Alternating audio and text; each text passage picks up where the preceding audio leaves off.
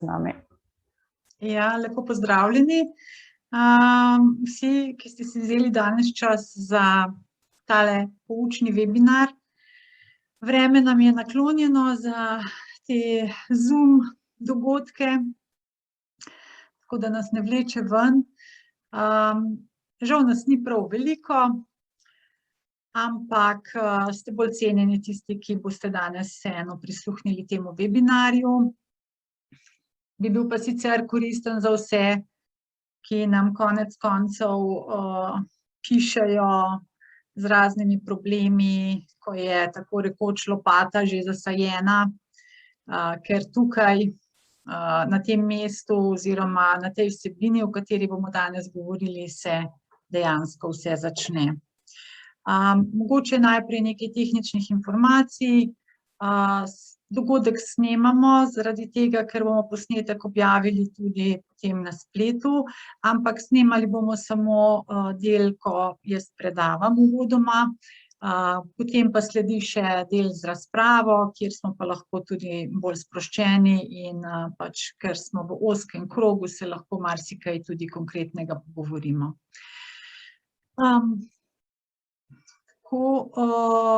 Kamere imate izklopljene, ker nas je toliko malo, lahko imate tudi priklopljene. Lahko tudi postavite kakšno vprašanje že v chat, ampak glede na število se lahko to odložimo tudi za na konec. Zdaj pa jaz najprej opravim te tehnične zadeve, da delim ekran. Tako je. No, računam, da vidite, če ne mi bo pa Nina povedala, če kaj ni v redu. Torej, ta tema, pomembnost celovite presoje vplivov na okolje v strateškem in prostorskem načrtovanju, ni izbrana naključno v tej seriji izobraževanj, ki so namenjena zagovorništvu, ker na tej ravni strateškega načrtovanja, kamor sodi tudi prostorsko načrtovanje, se pravzaprav vse začne. Tudi ko doma nekaj naredimo, to najprej načrtujemo, in potem po eni strani presojamo, ali imamo sredstva za to, po drugi strani presojamo tudi, kakšne vplive ima lahko na naše druge dejavnosti. In zato je tako pomembno, da se takrat, ko se v družbi pripravljajo določene usmeritve, te usmeritve strateško presodijo. Zdaj, danes smo soočeni z tako rekoč okoljsko in podnebno krizo. Vidite, da vsaj recimo na podnebju je že veliko govora, velikokrat si povemo eden drugemu, kakšne cilje imamo, dosti manj korakamo proti njim in jasno je, da je izvor problemov tako za podnebno, okoljsko in predvsem tudi biodiverzitetno krizo, ker smo pač v teku 6. največjega izumiranja vrst na Zemlji, da so v veliki meri prispevala človekova ravnanja, to je naš način proizvodnje in potrošnje. In če nočemo drveti naprej v prepad, potem je treba te načine, ki so pa temeljno gonilo in temeljni vzorci našega družbenega in vsakdanjega življenja, v bistvu korenito spremeniti.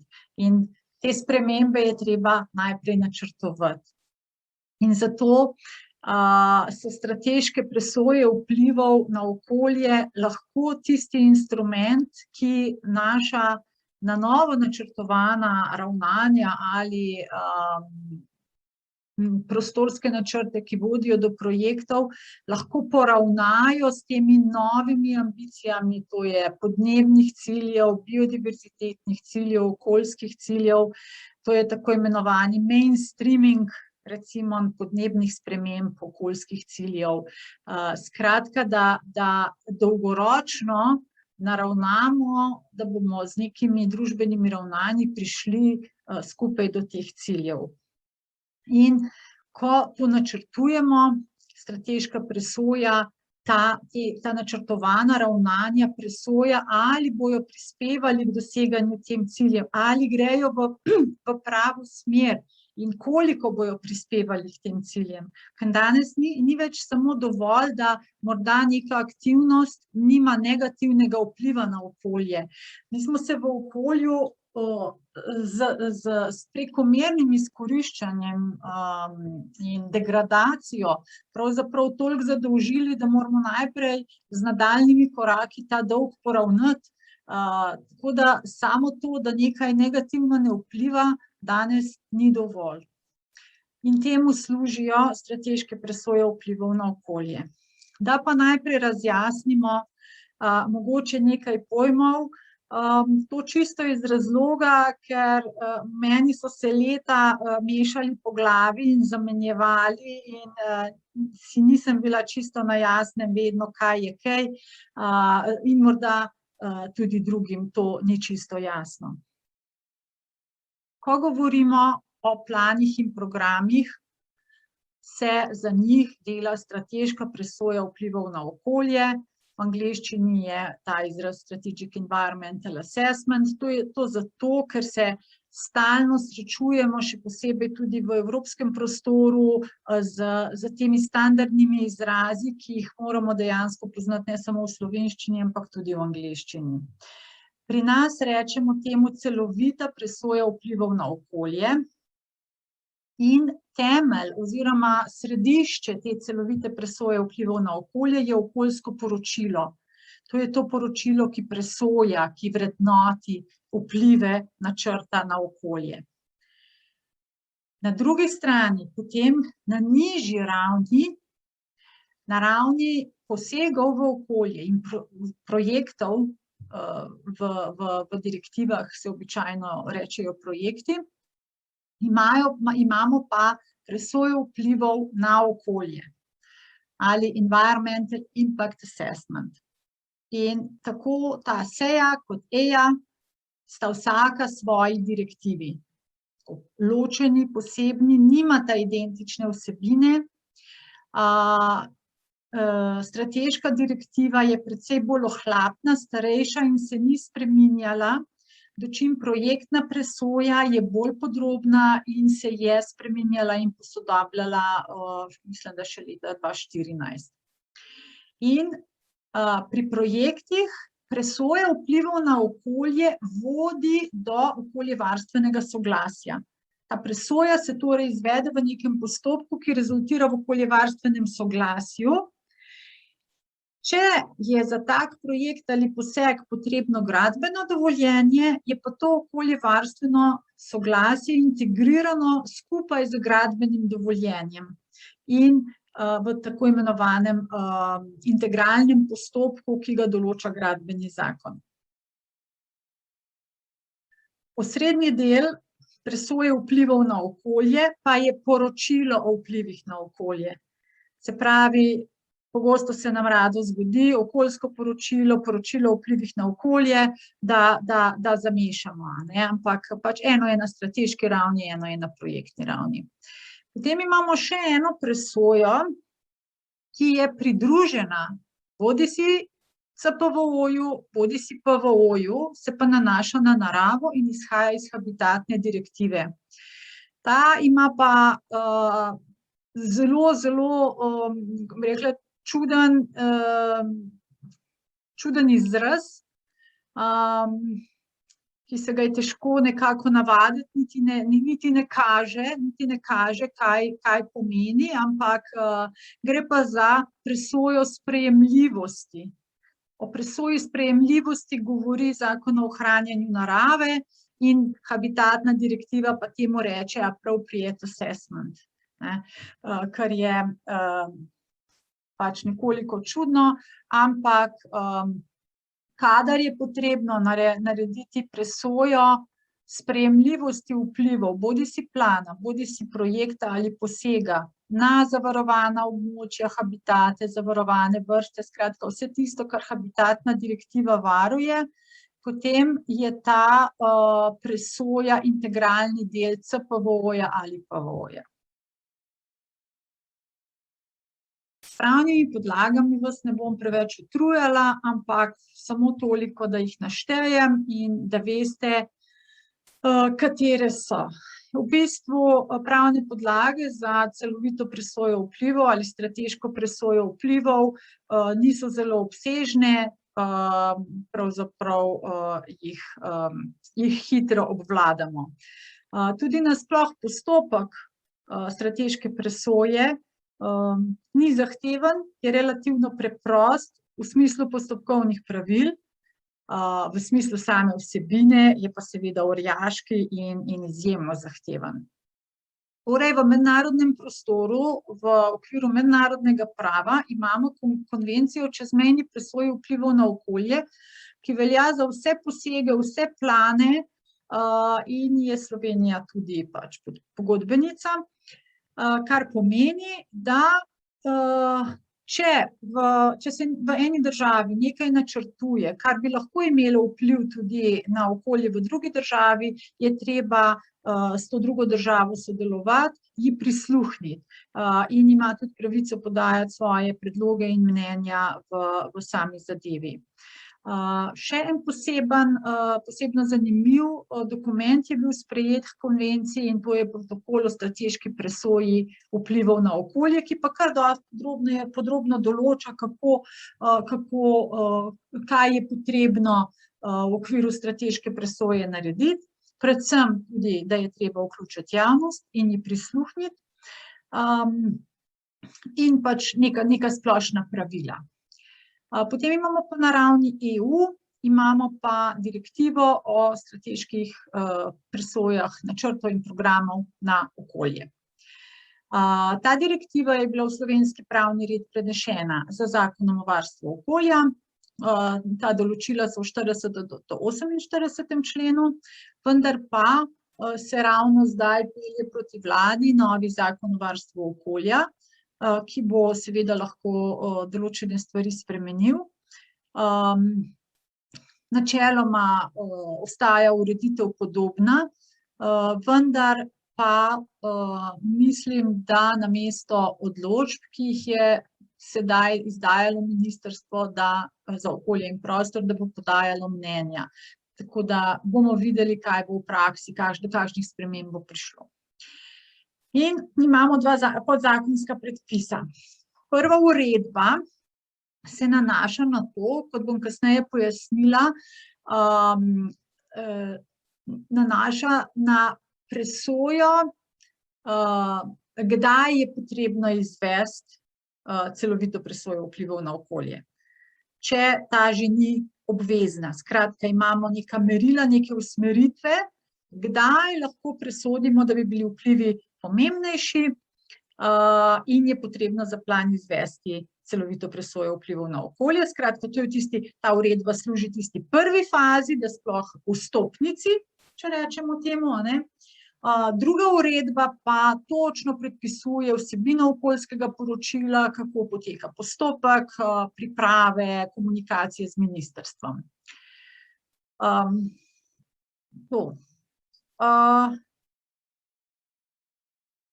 Za katere plane se izvede CPVO? To je mogoče zanimivo za obe presoji, tako strateško kot projektno, da se za zelo veliko planov in projektov presoje ne izvedejo. Velikokrat se pogovarjamo o teh postopkih, pa njihovih pomanjkljivostih na način, kot da praktično pokrivajo vse in da rešitev problematike znotraj teh postopkov reši veliko stvari, pa jih ne, ker morda je večji problem zunaj, se pravi v tistih planih in tistih področjih in tistih projektih, ki ne zapadajo tako ali drugače pod te presoje. CPVO se izvede prvič pod nekako recimo obvezno za plane, programe, načrte ali druge splošne akte. Zakon jih v nadaljevanju potem poimenuje kot plane, pa tudi njihove spremembe. z področji, določenih področji pač delovanja države. Če, to pomeni, ni dovolj samo, da je plan iz nekega področja in mora zapasti pod presojo vplivov na okolje, ampak, in to že direktiva določa, če se z njim določa ali načrtuje poseg v okolje, za katerega je treba izvesti kasneje presojo vplivov na okolje. Se pravi, če je z planom predvideno že, ne vem, neki dovolj konkretni objekti ali posegi, za katere bo kasneje potrebno izvesti presojo vplivov na okolje, potem je to obvezno. Ali tudi je obvezno, če se za tak plan zahteva presoja sprejemljivosti po predpisih o ohranjanju narave. Tudi Zakon o ohranjanju narave ima svoj, mislim, da podzakonski predpis, kdaj je to obvezno. Potem se pa dela še za druge plane, če Ministrstvo za okolje in prostor, ki vodi postopek, oceni, da bi lahko njegova izvedba pomembno vplivala na okolje in pri tem upošteva pravila in usmeritve iz prej prvo omenjene uredbe. Sama direktiva in zakon tudi pa določata, da se ne izvede za plane obrambe, zaščite, reševanja, pa tudi finančne načrte, ali če se je že za nek višji plan, to velja predvsem pri prostorskih načrtih, če se je že za nek višji plan, ki je bil dovolj podroben in se z nižjim planom bistvene stvari ne spreminjajo, potem za ta nižji plan ni potrebno izvesti CPVO. Ampak o tem vsakem od primera do primera odloči MOP. Same smernice za izvajanje direktive napeljujejo in pa sodna praksa na široko razumevanje, kaj pomenijo plani, programi, načrti, splošni akti. Sodišče je Evropske skupnosti je v večjih primerih zavzelo tako širšo razlago, kako se to interpretira. In zanimivo je tudi, da po teh interpretacijah bi bil lahko CPVO-ju podvržen tudi zakon, kar pa pri nas ni praksa. Da je mogoče nekoliko bolj to pojasnim. Prej sem omenila na začetku, če smo tukaj pogledali, se CPVO dela za plan, program, načrt ali drug splošni akt. Splošni akt, to je predpis. In mi delamo CPVO-je tudi za predpise, ker na področju urejanja prostora so vsi prostorski akti sprejeti v obliki predpisa. Če gre za državni prostorski načrt, sprejme vlada uredbo, če gre za občinski prostorski načrt, sprejme občinski svet odlok. Tako da to so predpisi, za katere se izvede CPVO. Za zakone se pa ne.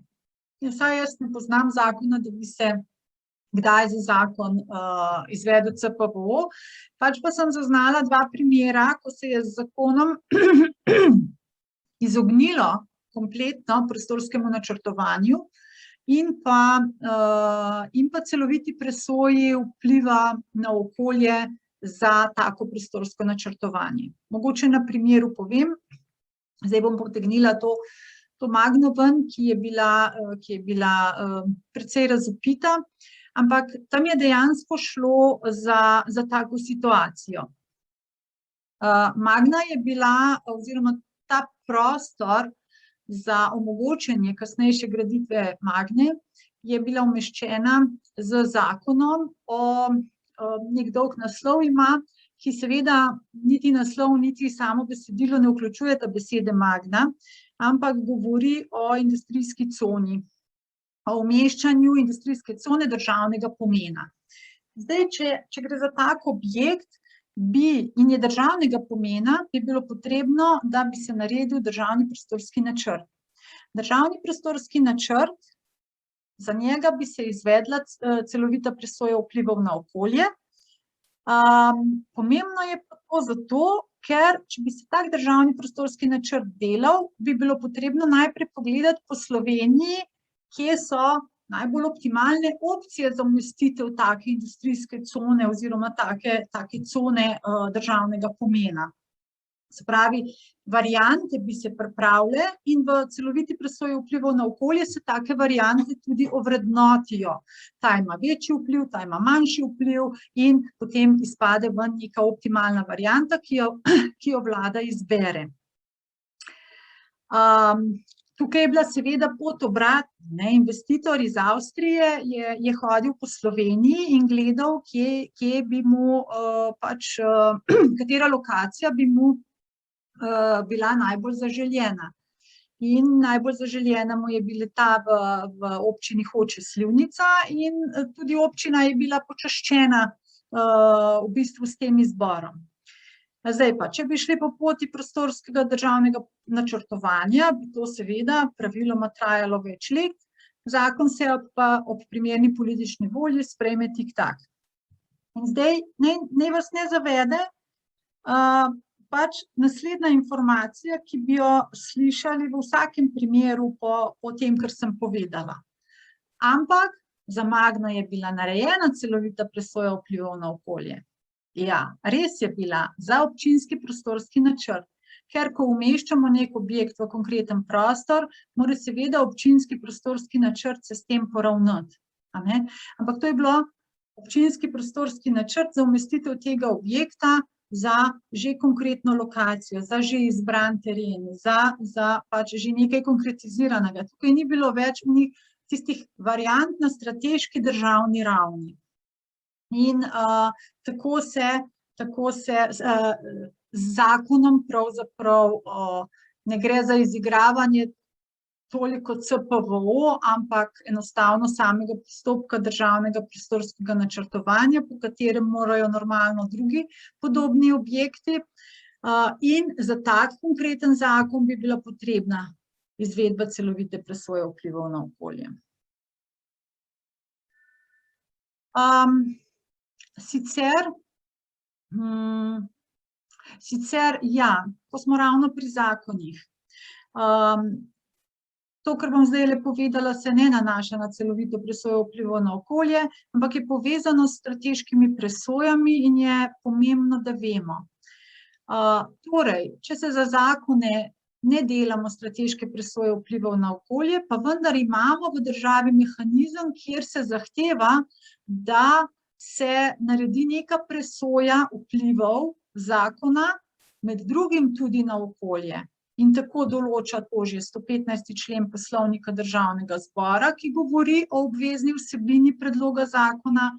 Isto govori 8.a člen Poslovnika Vlade RS za vsa vladna gradiva, ki so predlog zakona. In zelo pomembno, kar je mogoče malo težje najti, je potem navodilo za izvajanje Poslovnika Vlade Republike Slovenije številka 10 in priloga 3 se nanaša prav na presojo vplivov predpisa na okolje. Skratka, kaj je potrebno v tem gradivu, ki gre na vlado in potem v državni zbor, na katera vprašanja je treba odgovoriti, kakšne presoje je treba narediti.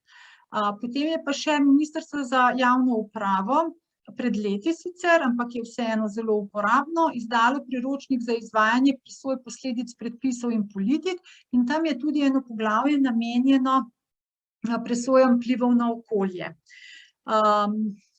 Na PIC je kolega naredil to presojo vplivov predpisov na okolje nekoliko bolj stališča podnebja. Vendar so noter predstavljeni vsi ti pripomočki in instrumenti in to je dostopno na navedeni spletni strani.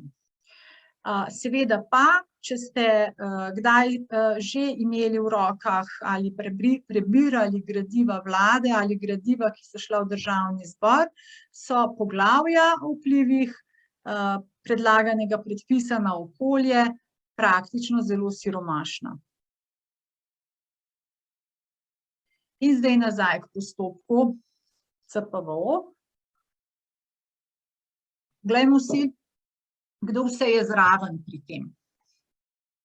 Eno je pripravljalec plana, načrta, programa, to so razne strategije, strateški programi, načrti, pa tudi prostorski načrti. Praviloma so to državni organi, lahko za recimo občinski prostorski načrt je občina,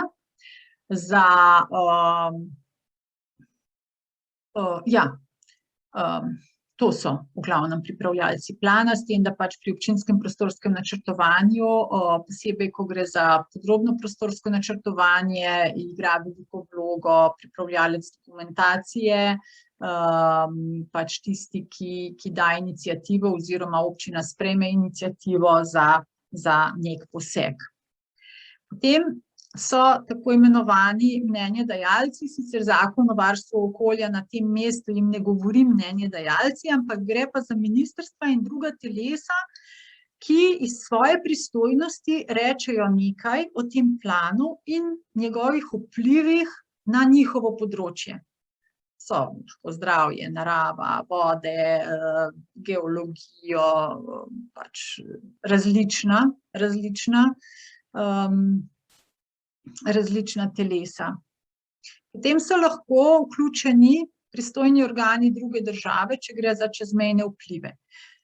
Jaz se v tem postopku ne bom osredotočala na čezmejno presojo, je pa integrirana v celoten postopek, ni zelo, kako bi rekla, ni zelo natančno določeno, kdaj in kako, kdo komu odgovori, kaj naredi, ampak je pa potrebno drugo državo obvestiti, druga država pove, ali bi se želela vključiti in potem se državi dogovorita za roke, kako se bo to vključevalo. Skratka, konec koncev piše predvsem to, da je pripravljalec plana dolžan upoštevati tudi, kolikor gre, tudi pripombe morebitnih organov druge države.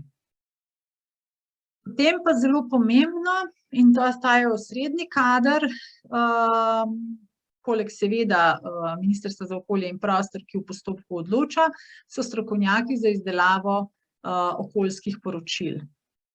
Zdaj, tukaj je, bom mogoče še naprej v nadaljevanju majčkeno več povedala,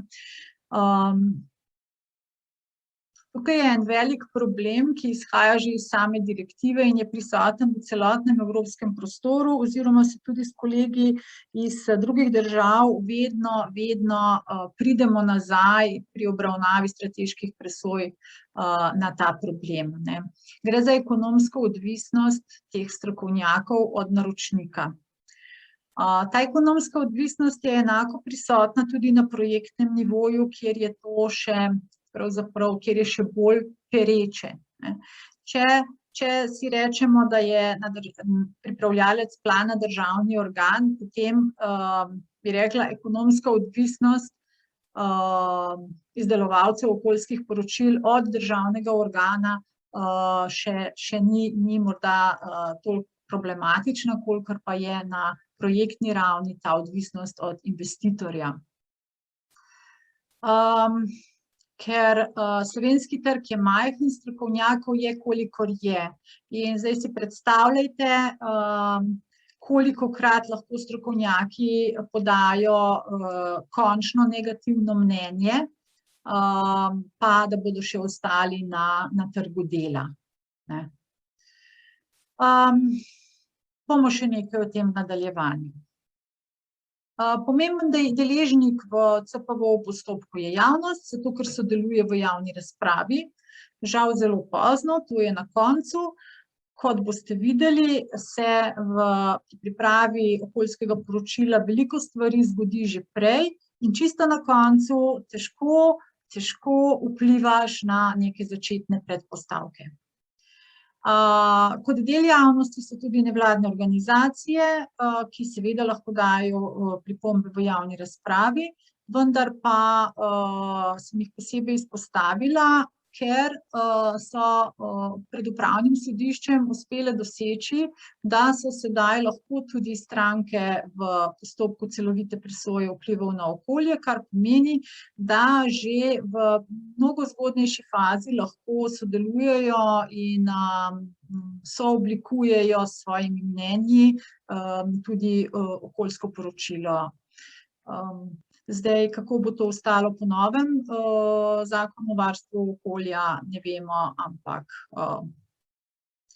sam zakon, niti direktiva tega ne predvidevata, da bi imele položaj stranskega udeleženca, vendar pa smo zaradi nekih specifičnih razlogov in argumentov so pač nekatere organizacije to uspele. In zdaj, če se nevladna organizacija priglasi stransko udeležbo, Ministrstvo za okolje to sprejme.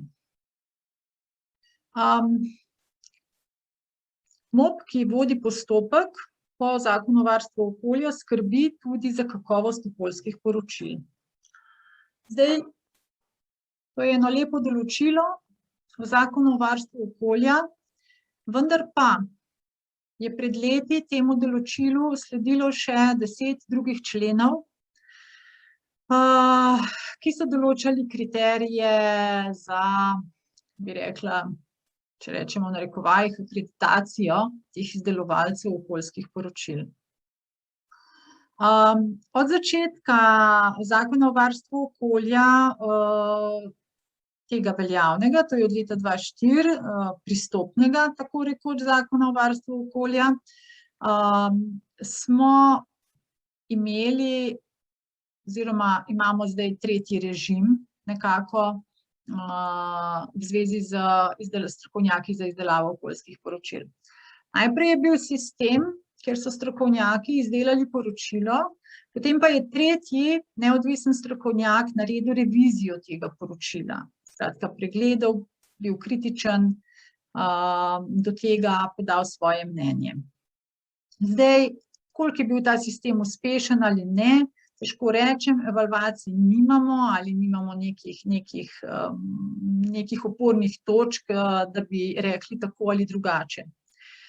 Kakorkoli, v letu 2008 mislim, da se je ZVO nadgradil na način, da bi se strokovno znanje teh ljudi preverjalo, da bi se vpisali v poseben mejnik strokovnjakov za izdelavo okoljskih poročil in predvideni so bili morda 2-3 podzakonski akti. To bi moralo biti sprejeti do leta 2010, pa ni bilo. Namreč ti podzakonski akti, dokler niso sprejeti, sistem ni mogel zaživeti. No, potem so pa, mislim, da do leta 2013 končno bili vsi podzakonski akti sprejeti in v javni obravnavi je bilo takrat, mislim, da med leti od 12 na 13 neke spremembe zakona o varstvu okolja, v katerih pa, ko je gradivo po javni obravnavi prišlo na vlado, so bili ti členi črtani, čeprav niso bili v javni razpravi, ampak so bili kasneje črtani, vlada je to sprejela in pač take spremembe zakona so bile sprejete.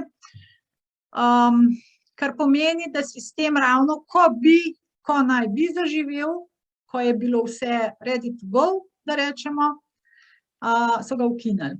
Tako da ne vemo, niti nisem nikoli razumela, niti ni bilo nekaj pojasnjeno, zakaj se je to zgodilo, kakšna je bila ta volja, da se je to zgodilo. Oziroma napisano je bilo v obrazložitvah, da gre za administrativne ovire.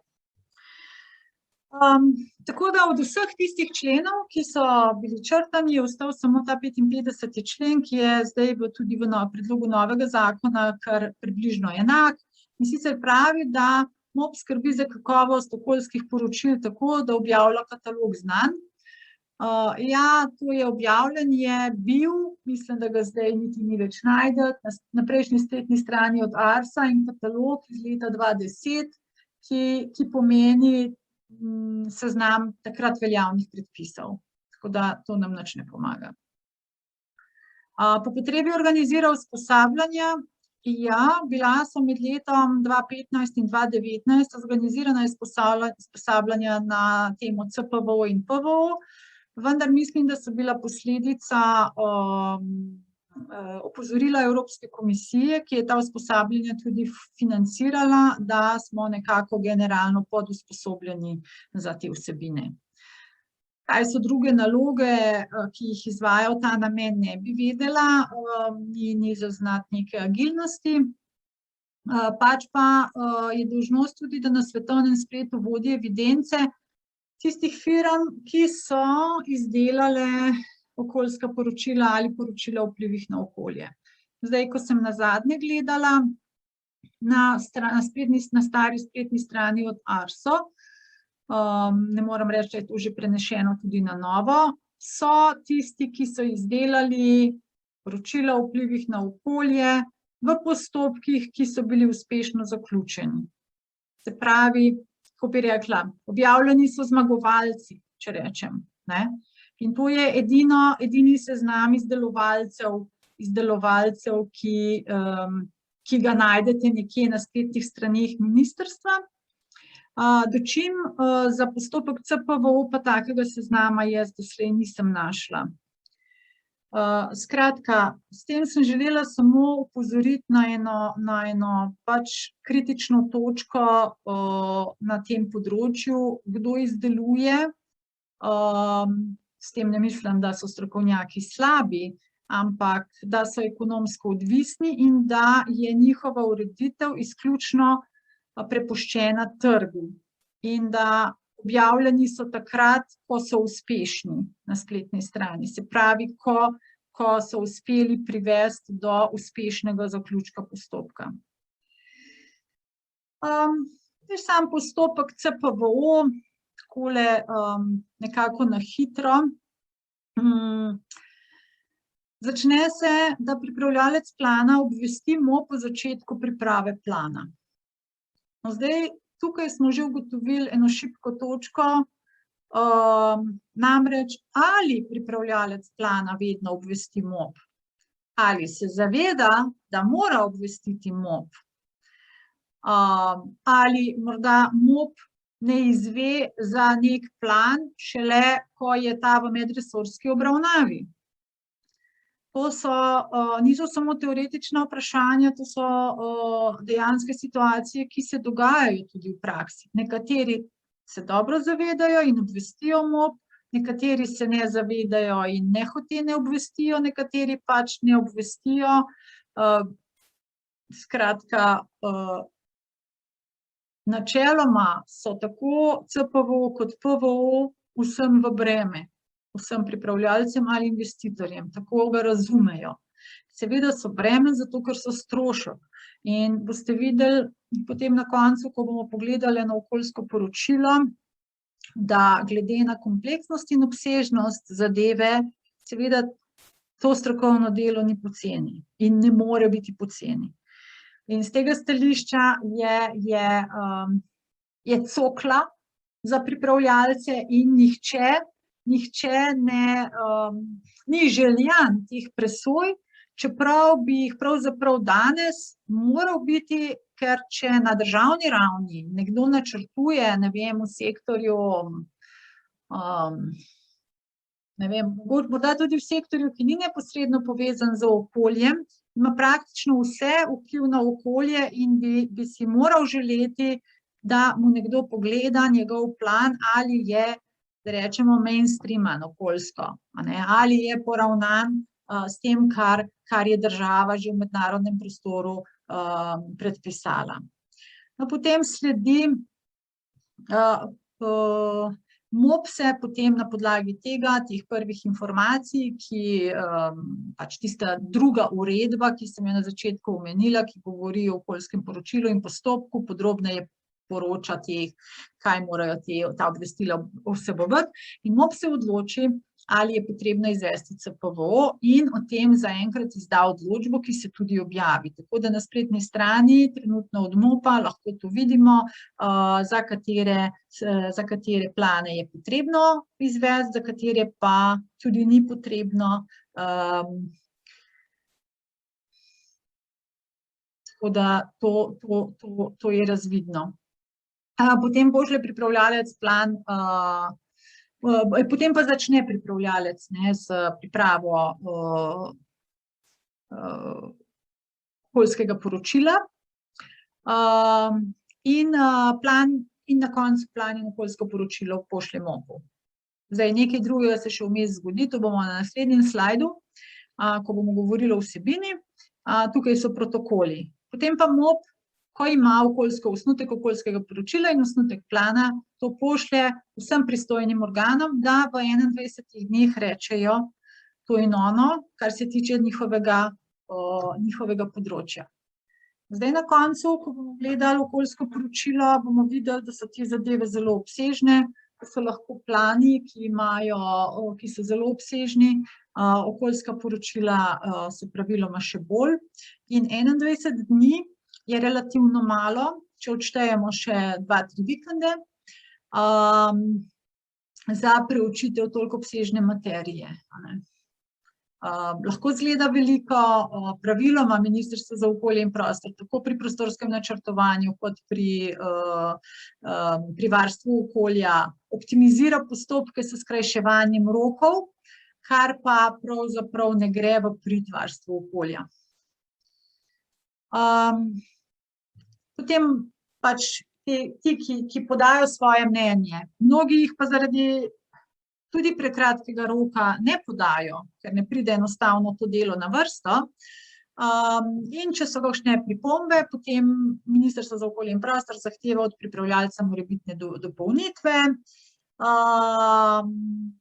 potem to ponovno pošlje mnenjedajalcem, da pogledajo, a je zdaj v redu, a ni v redu. In potem MOP zavzame neko stališče, ok, zdaj je pa dovolj dobro. Skratka, kakšna je sprejemljivost vplivov plana. In ko MOP da ta znak, potem lahko pripravljalec razgrne osnutek plana in okoljskega poročila, kjer je potem 30 dni praviloma za pripombe javnosti. Te pripombe skupaj s pripombami mnenjedajalcev ali organov druge države naj bi pripravljalec v čim večji meri upošteval in vključil tako v okoljsko poročilo kot v plan, ker praviloma se daje pripombe na oba dokumenta. In če je potem spet ta bistveno spremenjen, se naredi še en krog okrog mnenjedajalcev, potem pa MOP sprejme odločitev o tem, ali so vplivi plana na okolje sprejemljivi ali ne. In zelo, zelo, zelo praviloma, in to govorim pač res, zdaj nimam številk, sem jih pozabila pogledati, delali smo enkrat raziskavo za zadnje 4 leta, ampak praviloma so vplivi sprejemljivi.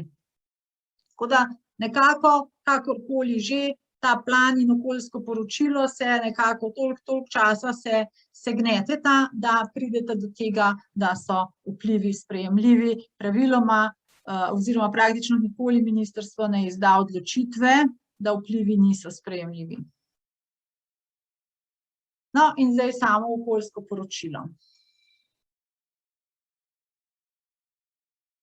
V zvezi s tem in s celotnim postopkom, ki sem ga zdaj nanizala, bi mogoče opozorila še na 3 tipične izraze, ki se pojavljajo tako v presojah vplivov na okolje, kot v celovitih presojah vplivov na okolje, skratka, in strateški in projektni presoji.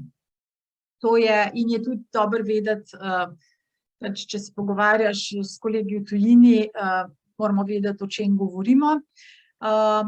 In to so faza screening, faza scoping in faza assessment. Te faze seveda najdete tudi v raznih, za obe direktivi, tako strateško kot projektno, obstajajo priporočila za izvajanje obeh direktiv in seveda ta niso prevedena v slovenščino, zato da razumemo potem, kaj čitamo. In screening faza je predhodna faza in ta faza generalno pomeni to, ali se bo presoja naredila ali se ne bo naredila. Ali je potrebna ali ni potrebna. To vključuje. Potem je ta faza scoping, ki ima zelo neposrečen naš izraz vsebinjenja. To pa praktično pomeni, do katere širine in globine gremo. Koliko daleč gremo s presojo. Skratka, najprej smo se odločili, da je potrebno, se pravi, če je potrebno, gremo naprej in sledi vsebinjenje.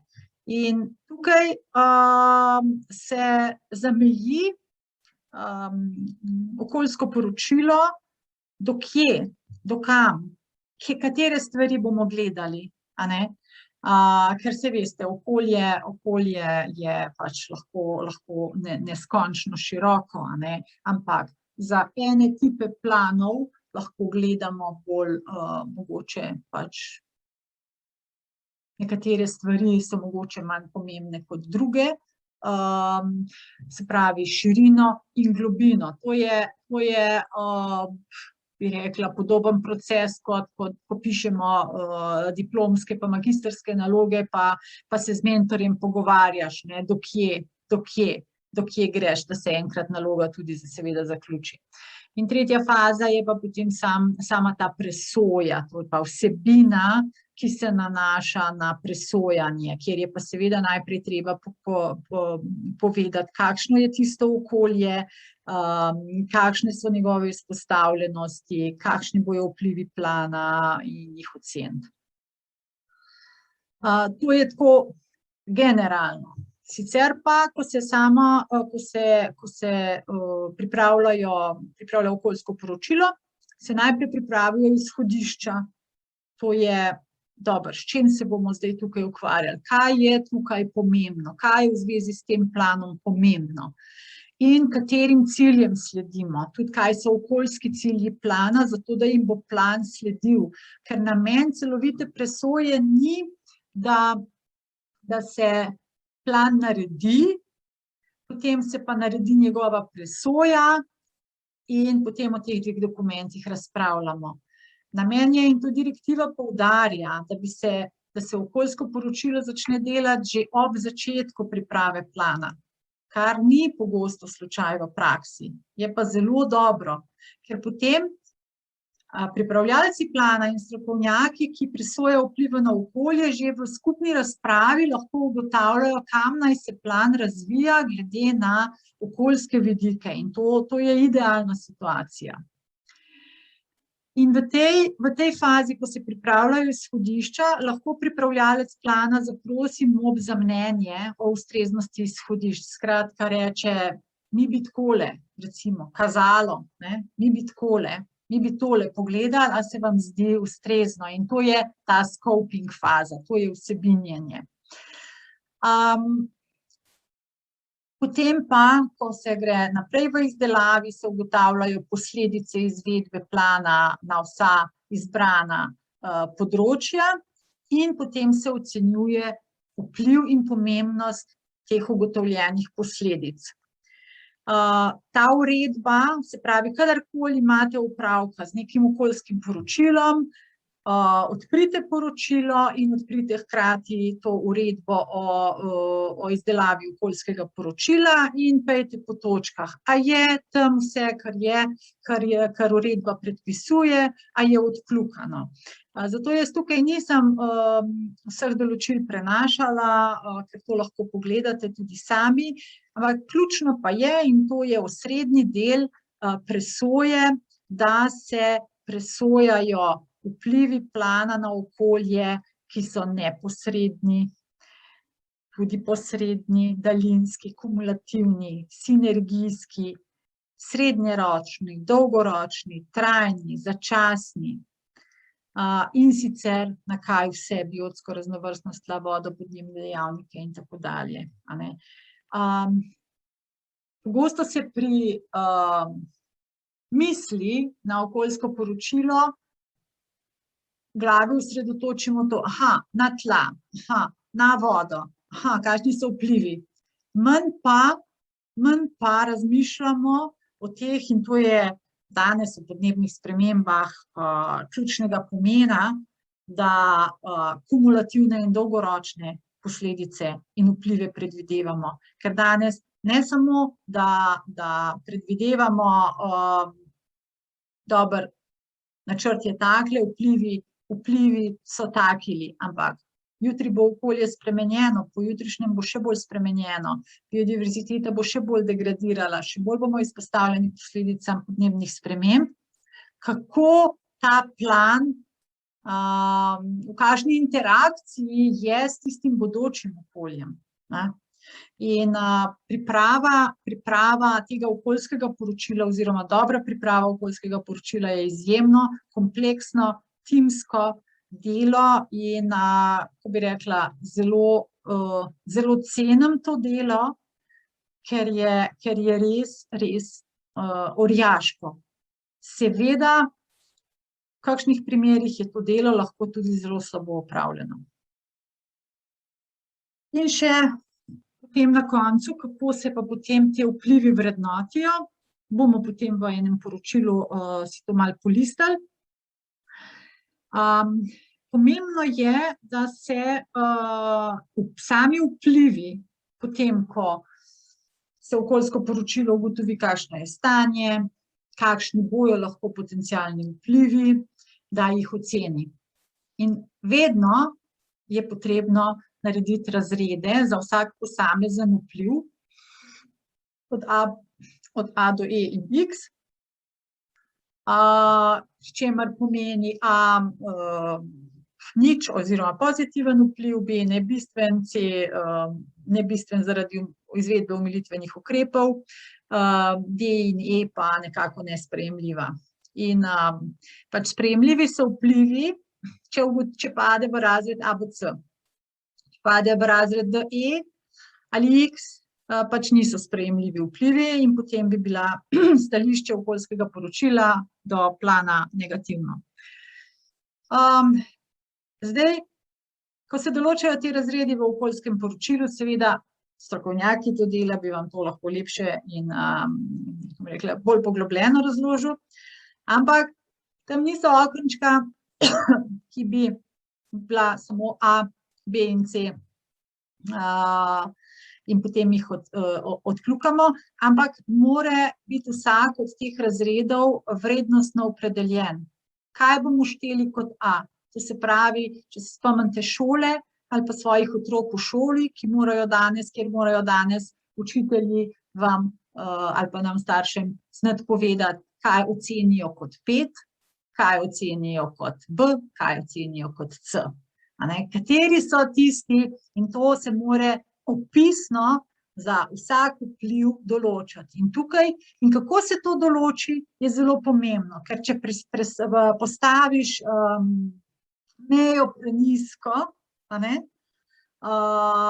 je recimo lani enkrat sem videla eno okoljsko poročilo, zdaj se ne spomnim, na kateri strateški dokument se je nanašalo, ampak pazite, bilo je leto 2020. In podnebne spremembe, spravi vpliv na podnebne spremembe ali doseganje ciljev podnebnih sprememb je bil v razredu A ovrednoten, da bo A, če plan dosega cilje, ki jih ima Slovenija za leto 2020. V letu 2020. Se pravi, je bil tako prenizko postavljen cilj, da seveda najbrž je potem bil A dosežen. Zelo odvisno je, kako ti razredi, kako so vsebinsko nastavljeni. No, mogoče tale tretja kategorija C, ta je zelo interesantna, ker včasih se čudimo, pa kako lahko gre to skozi, saj tlej že ja degradirano območje. Ja, pogosto so stvari ocenjene z razredom C, in sicer zato, ker bi bile ocenjene z razredom D. Ampak dejansko recimo en vpliv pade v razred D, ampak če bomo pa izvedli take in take ukrepe, tako imenovane omilitvene ukrepe, bi se pa dal, da bi se razvrstil vpliv v razred C. In pač, če pride še v C, je sprejemljivo in zato se v teh poročilih kar gomazi teh omilitvenih ukrepov. Ja, in tukaj zdaj nekaj sem stvari že omenila, nekaj bom pa še pojasnila. Torej, kaj so šibke točke celovitih presoj vplivov na okolje. Zdaj, vse to, kar sem govorila, se v celoti nanaša tudi na prostorsko načrtovanje. Tako da to je prostorski načrti, so ti splošni plani, in če je potrebna izvedba celovite presoje vplivov na okolje, pač to velja tudi vse za prostorske načrte. Torej, omenila sem že, da se mnogi plani ne presojajo.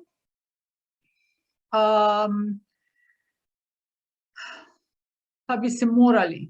Kaj mislim s tem morali? Delali smo eno raziskavo o presojah vplivov, tako strateških kot projektnih, z vidika, koliko se v teh presojah delajo, koliko pozornosti se namenja podnebnim spremembam.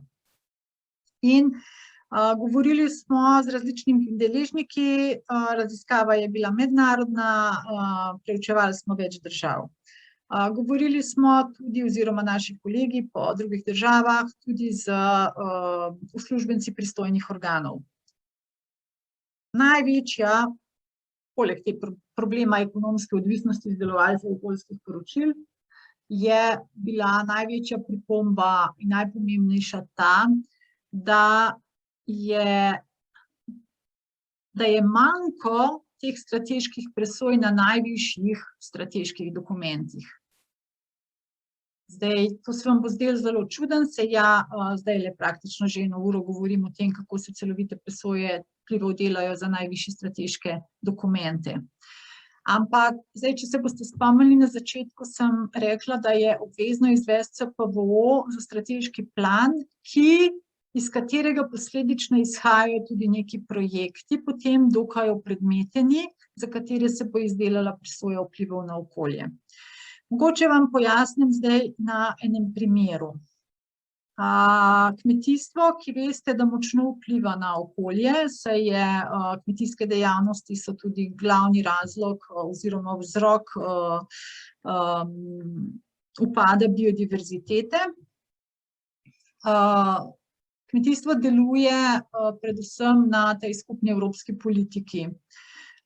In za prenos te skupne evropske politike, ker zdaj prihajamo spet v novo proračunsko obdobje in novo obdobje kmetijske politike, je država v lanskem letu sprejemala strateške usmeritve kmetijstva za naslednje obdobje. Ni čisto točno tak naslov, približno. Se pravi, najvišji strateški dokument, ki je določal smeri, v katere smeri bo v naslednjih 7 letih šlo slovensko kmetijstvo. In za ta najvišji strateški dokument se celovita presoja vplivov na okolje ni izvedla. V naslednjem koraku se zdaj pripravlja strateški načrt ukrepov za izvajanje skupne kmetijske politike, ki sloni na tem prej omenjenem višjem strateškem programu, je pa konkretiziran bolj.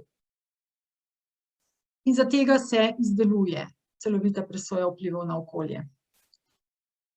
Zdaj, razlog, ko sem pač enkrat bila v diskusiji, ker se mi ne zdi prav, da se za najvišje strateške usmeritvene dokumente ne dela presoja, je bil odgovor tak, ja, tam ni kaj prijet, tam ni projektov, tam še ni toliko določno načrtovano. Kljub temu jaz vidim pač ta določnost mogoče udeležencem olajša samo delo pri izvedbi CPVO, ampak ne bi pa smela biti izgovor, da za najvišje strateške plane ne delamo presoje, ker sicer kako bomo družbo usmerjali. Dobro, ekonomska odvisnost, to sem že kar nekaj povedala, tako da to je, kot je v celotnem evropskem prostoru, pri nas je bolj pereče zaradi tega, ker smo majhen prostor. In zdaj niti nimamo sistema revizij, ki so bila, ker kot sem vam pojasnila to kronologijo ZVO-ja, najprej so bile revizije, potem je bil pa predviden recimo dober sistem akreditacije, samo ko so ta sistem akreditacije črtali, niso pripeljali nazaj revizij, ki morda ni bil tako dober, ampak mogoče je bil pa boljši vseeno. Tako da nimamo nič, nimamo vse, kar so tržni principi.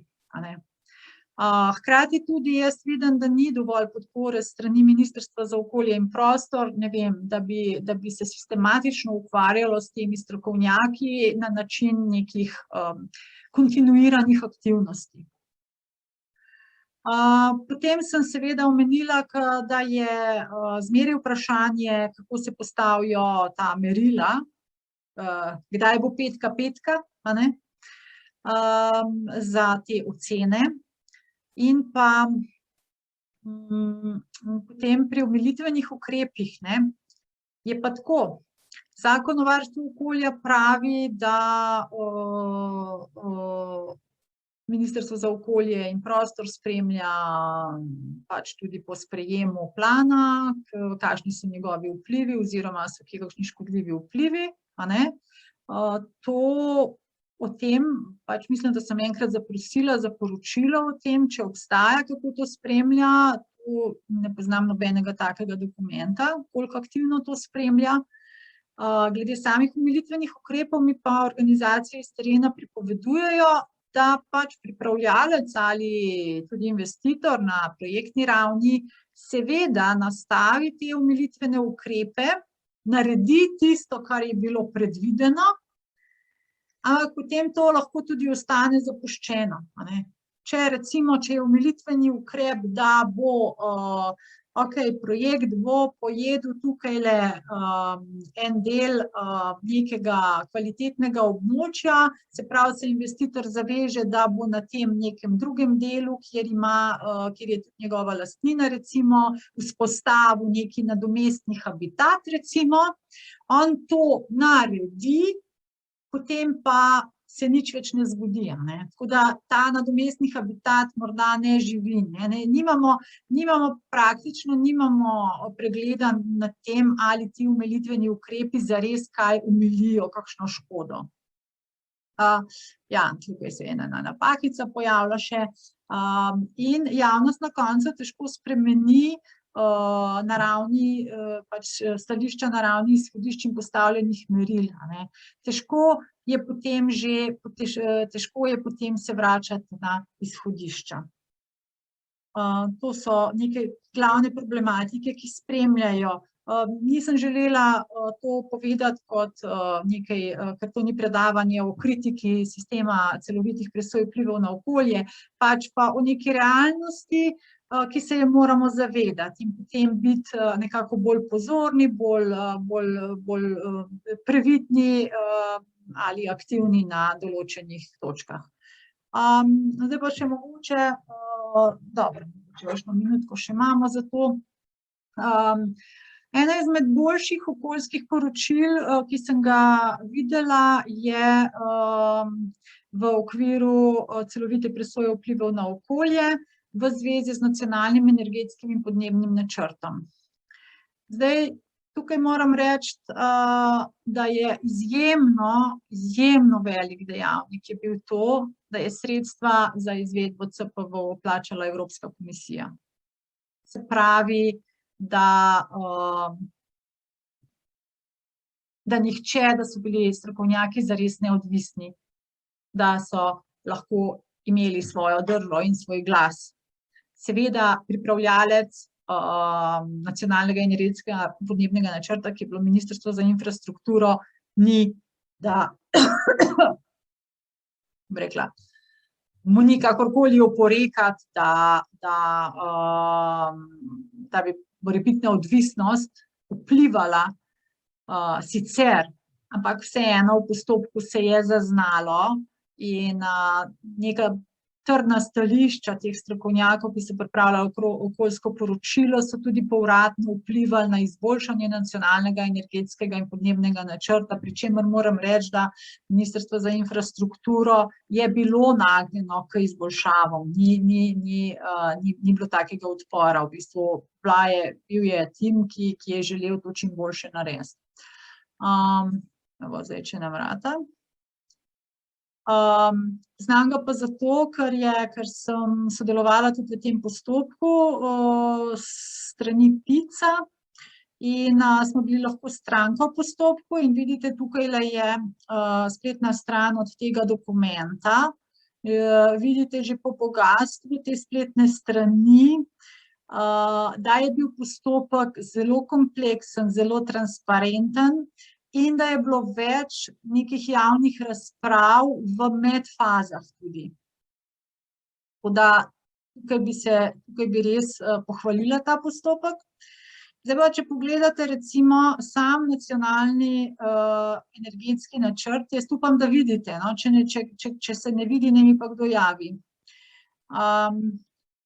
Samo tole bi rada pokazala, da ima sam načrt 231 strani. To je izjemno kompleksnega in zahtevnega branja, izjemno strnjenega in nabitega. To gledajte v luči rokov, to gledajte v luči rokov mnenjedajalcev, gledajte v luči rokov javne razprave 30 dni. Kako to materijo konzumiraš in kako se odzoveš na njo. Potem je pa tukaj razdelek o celoviti presoji vplivov na okolje. Tukaj pokažem, recimo, takale je odločba Ministrstva za okolje in prostor na koncu. Vplivi, bla, bla, bla, so sprejemljivi, ob upoštevanju omilitvenih ukrepov. To je na koncu. Zdaj samo okoljsko poročilo, bom samo okoljsko poročilo odprla, verjemite mi pa, da so priloge tudi še obsežne. In tukaj, če bomo pogledali kazalo.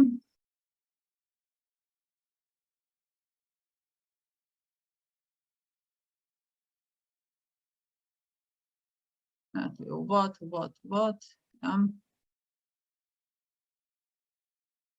Cilji. To je samo povzetek. Tukaj v povzetku vidite, tukaj so povzeti bili cilji, pa na kratko vse. To je samo tisto strnjeno. In tukaj vidite, da so bili, tole so okoljski cilji, nadnaslovi, ko govorimo o nadnaslovih. Vsak okoljski cilj je potem pač še razdelan. Okoljski cilji so bili ocenjeni po 4 različnih podnebnih scenarijih, ki so bili predvideni. In tukaj so ocene, vidite, DI, se pravi, tele 2 nista šla skozi, to so mislim, da je tisti brez ukrepov, ali pa ta, skratka, te dva sta malo bolj ambiciozna in te dva sta bila potem nekako ocenjena kot sprejemljiva. Samo da dokazala še pridemo. Evo, ozadje, metode dela, potem podatki o programu, to je vse iz te uredbe o okoljskem poročilu, kaj mora okoljsko poročilo vsebovati. Eno je tudi podatke o planu. Stanje okolja in varstveni režimi in potem je treba predstaviti obstoječe stanje. Na vse, pač po vseh mogočih vidikih. Potem verjeten razvoj stanja, govorimo vendarle o podnebnem programu, ampak to velja za vsak program danes. In potem vidite vsebinjenje, scoping, do kam bomo šli, kaj bomo. In bila je posebna delavnica na to temo, kjer smo se pogovarjali, kaj je zares pomembno, kaj pa morda ni toliko pomembno za ta načrt. In so potem okoljski cilji, energetska učinkovitost, zmanjšana raba končne energije, povečana raba energije in tako naprej. Glejte, ciljev cela reč, Potem pa omilitveni ukrepi, priporočila, no, pa samo do enega cilja se zapeljemo, no, in samo to, 326 strani ima pa okoljsko poročilo brez prilog. Ne.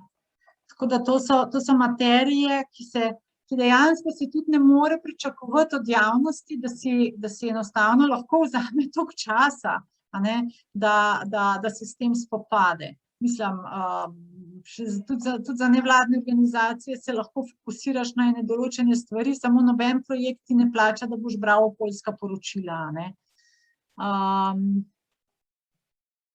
Tole mogoče samo, da se do enega cilja, oziroma tamle pokazalo, samo da se do enega cilja pripeljemo, potem pa zaključimo.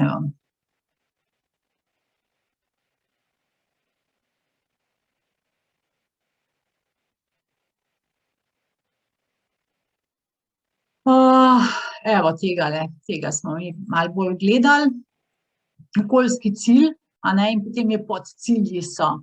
Podcilji so in vidite, tukaj so ocene, a ne, kaj je 5. In recimo, če bi bilo tukaj napisano, kot je bilo v prej omenjenem nekem drugem okoljskem poročilu, da je nima vpliva, če se bo sledila ali sledila recimo tem ciljem do 2020 ali pa trajektoriji ciljev 2020, a ne, potem bi bilo to napačno. In tukaj smo se veliko pogovarjali o tem, kaj naj bi bilo, ker smo pač menili, da nacionalni energetski program ne samo, da more slediti nekim evropskim zahtevam, ampak mora slediti dejanskim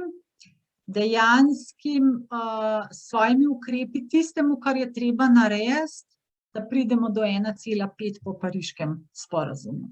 Evo, in tukaj bi jaz, čakaj, da pridem zdaj nazaj.